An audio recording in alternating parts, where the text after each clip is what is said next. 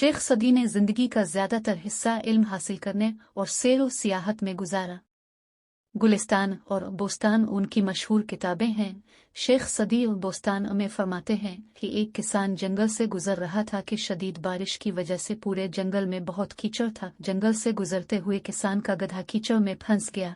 इसने गधे को कीचड़ से निकालने की तनहा बहुत कोशिश की, मगर सब्र आएगा गया। किसान को कुछ समझ नहीं आ रहा था कि वो क्या करे। कभी कभी जब इंसान को कुछ समझ नहीं आता तो वो अपना गुस्सा बिलावजा दूसरों पर निकालता है। इसी तरह सारी रात किसान परेशानी के आलम में सब जानने वालों को बुरा भला कहता रहा।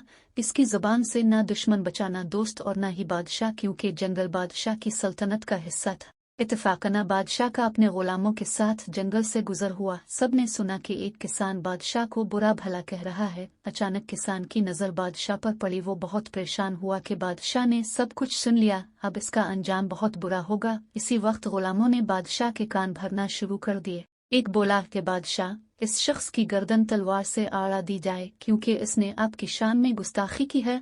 दूसरा गुलाम बोला कि बादशाह, इसको कैद खाने में डाल दिया जाए, क्योंकि इसने न सिर्फ आपको बुरा भला कहा बल्कि आपके खानदान की भी बुराई की है। बादशाह ने मजबूर किसान की तरफ देखा जिसका गधा कीचड़ में फंसा हुआ था। बादशाह को किसान की हालत पर रहम आ गया। इसने किसान की नामुनासिब बातों को मुआफ कर दिया और अपने गुस्से को पी गया। बादशाह ने किसान को इनामो इकराम से नवाजा और एक सफेद घोड़ा भी इनाम में दिया। प्यारे बच्चों, हमें इस कहानी से सबक मिलता है कि सच है कि बुराई का बदला बुराई से देना आसान है, लेकिन इंसान को चाहिए कि बुराई का जवाब भलाई से दे।